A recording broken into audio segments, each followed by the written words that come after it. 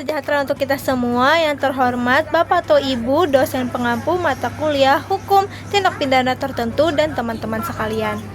Perkenalkan, saya Huda, mahasiswa program studi ilmu hukum dari Universitas Lambung Mangkurat, NIM-nya 24102112200023. Pada kesempatan kali ini, untuk memenuhi tugas ujian akhir semester mata kuliah hukum tindak pidana tertentu, saya akan melakukan analisis yuridis terhadap sebuah putusan pengadilan yang sangat relevan dengan dinamika hukum di masa pandemi lalu.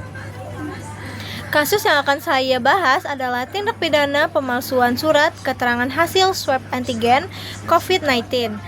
Kita akan membedah putusan Pengadilan Negeri Jakarta Utara nomor 800-PN.JKT.UTR dengan terdakwa Sahrudin bin M. Anzar. Saya akan membaginya menjadi 4 bagian utama. Pertama, kronologi dan fakta hukum. Kedua, unsur pasal yang didakwakan. Ketiga, keterkaitan perbuatan terdakwa dengan unsur pasal tersebut. Dan keempat, vonis akhir dari majelis hakim. Mari kita mulai. Kita masuk ke bagian pertama, yaitu kronologi dan fakta hukum. Kasus ini bermula pada bulan Juni tahun 2021, di mana saat itu kebutuhan akan surat bebas COVID-19 sangat tinggi untuk berbagai keperluan mobilitas masyarakat. Fakta hukum di persidangan mengungkap bahwa terdakwa Sahrudin menawarkan jasa pembuatan surat keterangan dokter melalui akun Facebook pribadinya. Postingan ini kemudian terendus oleh pihak kepolisian dari Polresta Pelabuhan Tanjung Priuk. Pertanggal 2 Juni 2021, tim kepolisian yang menyamar melakukan undercover buy atau pemesanan terselubung. Mereka menghubungi nomor WhatsApp terdakwa dan memesan 2 lembar surat swab antigen atas nama fiktif, yaitu Leonardo Wijanarko. Harga yang disepakati adalah Rp100.000 per lembar, sehingga totalnya Rp200.000 per lembar. Polisi kemudian mengirimkan data KTP Leonardo kepada terdakwa. Lalu bagaimana proses pemalsuan itu terjadi? Setelah mendapat pesanan, terdakwa Sahrudin pergi ke rumah rekannya, yaitu Wahyudi. Terdakwa meminta Wahyudi untuk memproses pesanan tersebut.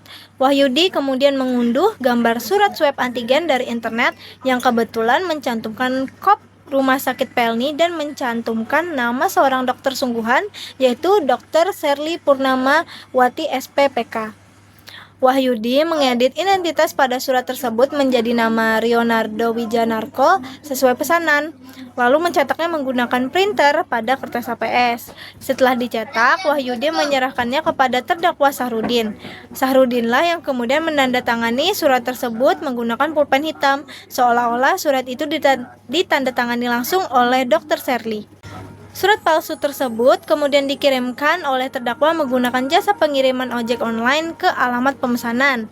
Saat kurir menyerahkan surat itulah polisi melakukan pelacakan dan akhirnya menangkap terdakwa beserta barang buktinya. Pihak Rumah Sakit Pelni dan Dr. Sherly Purnamawati juga dihadirkan dalam persidangan dan menegaskan bahwa Leonardo Wijanarko tidak pernah terdaftar sebagai pasien. Format surat berbeda dengan format asli rumah sakit. Tarif aslinya juga adalah Rp625.000 bukan Rp100.000 dan tanda tangan tersebut jelas dipalsukan. Beranjak ke bagian kedua, yaitu unsur pasal. Dalam perkara ini penuntut umum mendakwa Sahrudin dengan dakwaan alternatif. Dakwaan ke-1 pasal 263 ayat 1 KUHP junto pasal 55 ayat 1 ke 1 KUHP, atau dakwaan kedua pasal 268 ayat 1 KUHP junto pasal 55 ayat 1 ke 1 KUHP tentang pemalsuan surat keterangan dokter. Majelis hakim memilih untuk membuktikan dakwaan ke-1 karena dinilai paling tepat untuk menjerat perbuatan terdakwa. Mari kita bedah unsur-unsur dari pasal 263 ayat 1 KUHP junto pasal 55 ayat 1 ke 1 KUHP tentang pemalsuan surat secara bersama-sama. Pasal ini memiliki 3 unsur pokok yang harus terpenuhi secara kumulatif, yaitu 1. Unsur barang siapa. Ini adalah subjek hukum pelaku tindak pidana yang cakap dan mampu mempertanggungjawabkan perbuatannya. 2. Unsur membuat surat palsu atau memalsukan surat yang dapat menimbulkan suatu hak, perikatan atau pembebasan hutang, atau yang diperuntukkan sebagai bukti daripada sesuatu hal dengan maksud untuk memakai atau menyuruh orang lain memakai surat tersebut seolah-olah isinya benar dan tidak dipalsukan. Diancam jika pemakaian tersebut dapat menimbulkan kerugian. Unsur ini bersifat alternatif di dalamnya. Artinya, jika salah satu elemen seperti membuat surat palsu dan dapat menimbulkan kerugian terpenuhi, maka unsur ini dianggap terbukti. Surat yang dimaksud dalam tindak pidana ini adalah surat yang memiliki nilai pembuktian. 3. Unsur sebagai yang melakukan, yang menyuruh melakukan dan turut serta melakukan.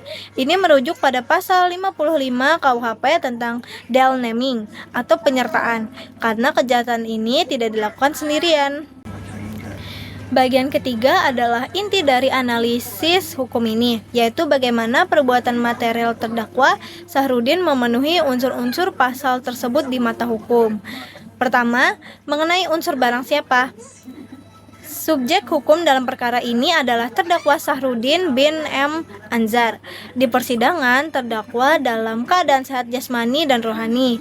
Identitasnya sesuai dengan dakwaan dan tidak ditemukan alasan pemaaf maupun pembenar yang dapat menghapus pertanggungjawaban pidananya, maka unsur ini terpenuhi. Kedua, unsur membuat surat palsu yang diperuntukkan sebagai bukti dan dapat menimbulkan kerugian. Fakta persidangan membuktikan terdakwa bersama saksi Wahyudi telah memproses pembuatan surat swab antigen. Surat hasil laboratorium adalah produk dokumen yang diperuntukkan sebagai bukti rekam medis seseorang terbebas dari COVID-19. Perbuatan memalsukan ini terlihat sangat jelas ketika terdakwa dengan sengaja menandatangani kolom dokter pemeriksa seolah-olah Dr. Sherly Purnamawati yang bertanda tangan. Mengenai elemen dapat menimbulkan kerugian di sini tidak hanya material tapi juga imaterial. Perbuatan terdakwa mencemarkan kredibilitas Rumah Sakit Pelni dan Dr. Sherly. Selain itu, hal ini membahayakan kesehatan masyarakat karena meloloskan orang tanpa screening medis yang sah. Maka unsur kedua ini terpenuhi sah dan meyakinkan. Ketiga, unsur penyertaan atau turut serta melakukan. Syarat dari turut serta melakukan adalah adanya kerja sama fisik yang disadari. Di sini terlihat pembagian peran yang jelas. Sahrudin berperan mencari customer via Facebook, menerima uang, memberikan data ke pembuat, menandatangani surat dan mengirimkan barangnya. Sementara Wahyudi berperan mendesain, mengedit dan mencetak surat palsu tersebut dari laptop. Mereka berdua membagi keuntungan rata, masing-masing 50.000 per surat. Adanya meeting of mind, yaitu kesepakatan niat jahat, dan eksekusi bersama ini membuktikan unsur pasal 55 terpenuhi. Jadi unsur ketiga pun juga terpenuhi. Karena seluruh unsur terpenuhi secara sah dan meyakinkan, maka majelis hakim memiliki keyakinan penuh bahwa terdakwa bersalah. Kini kita sampai pada bagian akhir, yaitu vonis akhir hakim. Sebelum menjatuhkan pidana, hakim mempertimbangkan hal-hal yang memberatkan dan meringankan.